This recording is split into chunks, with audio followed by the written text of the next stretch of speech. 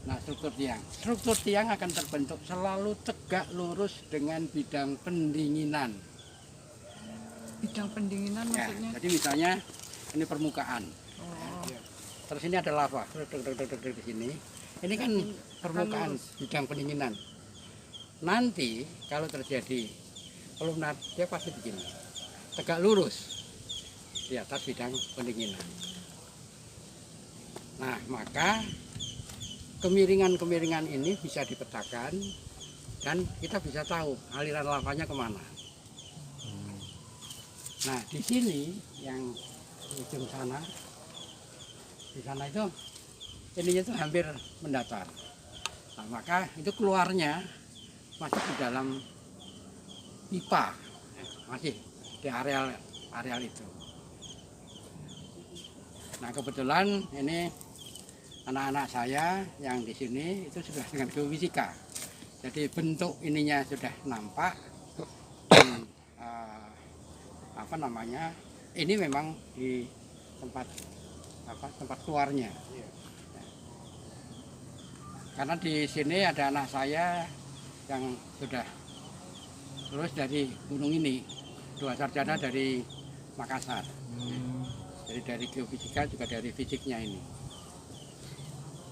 Jadi batu ini artinya sudah mengalir dulu Pak dulu ya? Mengalir, ini mengalir. Ya, nah, mengalir maka ketika mengalir namanya lava. Lava. Jadi lava itu proses aliran Ya, magma ya Pak? ya, struktur batuan. Struktur batuan. Ya, struktur batuan. Nanti ada struktur batuan beku, struktur batuan sedimen. Nah, ini struktur batuan beku. Struktur batuan beku itu ada lava itu mengalir, kemudian pilo, bantal itu struktur. Nanti ada yang berlembar-lembar itu siting, kemudian ada yang berlubang-lubang itu skoria. Ya. Itu semua namanya struktur, bukan batu skoria, nggak ada. Struktur. Nah, itu struktur batuan karena nanti ada struktur geologi. Jadi kalau struktur batuan itu, tapi kalau struktur batuan struktur geologi itu patahan, lipatan itu struktur geologi. Kalau ini adalah lava yang keluar mengalir, kemudian membentuk kolumnar join yang hampir mendatar. Kalau yang di sana tadi agak miring.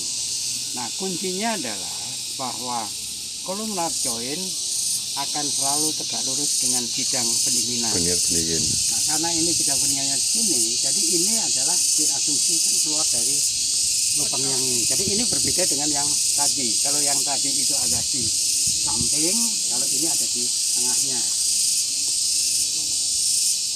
Samping itu berarti pinggiran Pak? Ya, gunung itu kalau nanti itu tidak hanya satu. Ada yang namanya pusat erupsi, ada yang erupsi samping di pinggiran. Nah, di pinggiran itu biasanya tidak besar, kecil-kecil. Nah, itu yang tadi sana samping. Kalau ini ada di tengahnya. Kalau kita lebih kepada ininya, joinnya ini kan begini. Jadi ini kan bidang pendinginnya di sini dan di sini. Ya. Kalau yang tadi Ya. di pinggiran, Kalau pinggir kan begini, ya. aninya kan agak miringnya agak. Kalau ini ada, agak ya tengah itu agak lurus gitu. betul. Ya. Karena Jadi ini faktor keluar, pendinginnya juga. betul. Berarti lebih dingin di sini. Tidak, Karena kan di dalam Pak. bukan lebih dingin. Iya Ketika, juga. enggak juga. Ketika keluar semua akan mendingin dan membeku. Iya. Maka per definisinya batuan beku adalah batuan yang terbentuk atau terjadi karena pembekuan magma. Nah, ada kata pembekuan, artinya ada perubahan apa? Dari cair menjadi beku. Ya, nah, maka ketika ada cair menjadi beku, itu akan terbentuk apa? Kristalin. Kristal. Kan? Jadi kalau ibu masukkan air ke kulkas, jadi es batu itu kan benda padat gitu. Nah dari cair ke padat pasti akan bentuk kristal. Maka ciri khas batuan beku adalah kristalin. Kristalin. Nah, pasti kristal. Pasti. Kalau bukan tidak kristalin bukan batuan beku. Sekarang kalau proses terbentuknya Pak, proses Kenapa? terbentuknya yang di atas itu kan batuan breksi, Ya.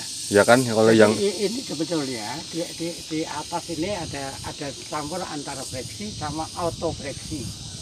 Ya, jadi autobreksi itu lava yang di bawahnya masih mengalir, atasnya sudah membeku. Jadi retak-retak gitu, seolah-olah seperti breksi. Tapi sebenarnya dia lava. ya, yang mungkin di bagian bawah ini Pak yang masih lava ya. Ya.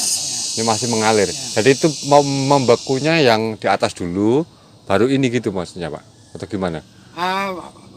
Ya ini lebih dalam. Ini lebih dalam, Lebih dalam itu yang lebih luar. Ya. Nah, Yang di luar membeku duluan. Ya. Jadi Terus kan ini kan masih ada air lah, kayak gitu ya Pak. Ya. Jadi kan alon-alon, tapi masih dalam proses berjalan. berjalan di atasnya sudah membeku. Sudah membeku Kan duluan. di atasnya kan, Iya. terus ini retak. jadi retakan-retakan ini akibat pembekuan yang tidak bersamaan ya Pak ya? Yang ini bukan, ini Bukan. join. Oh, Ini join. Jadi ini adalah struktur batuan yang membentuk tiang. ya. Jadi ketika dia mendingin, ini prosesnya kita mendingin dulu.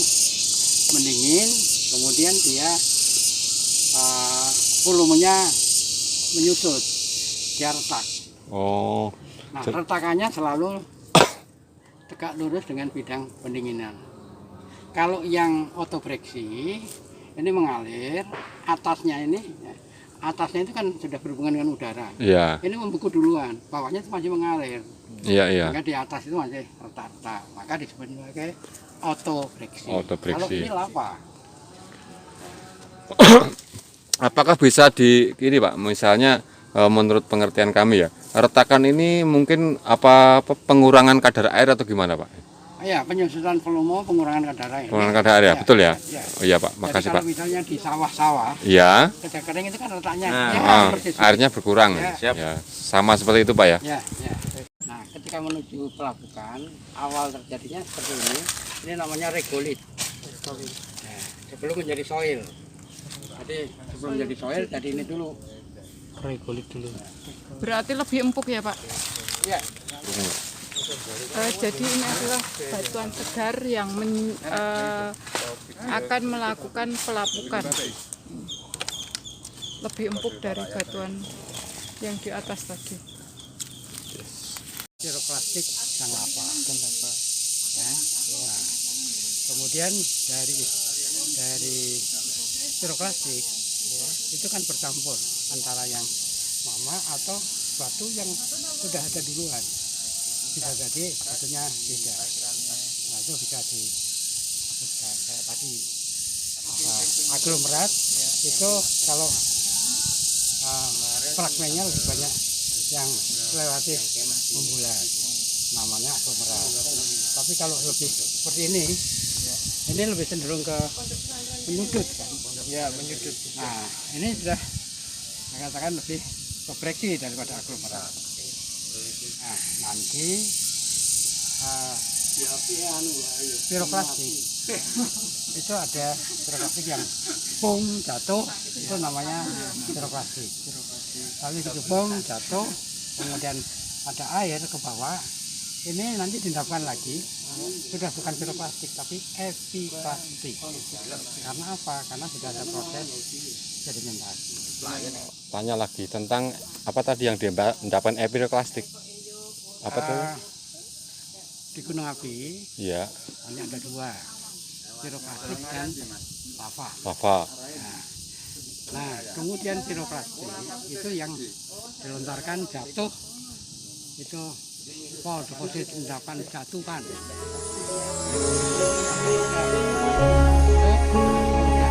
Air.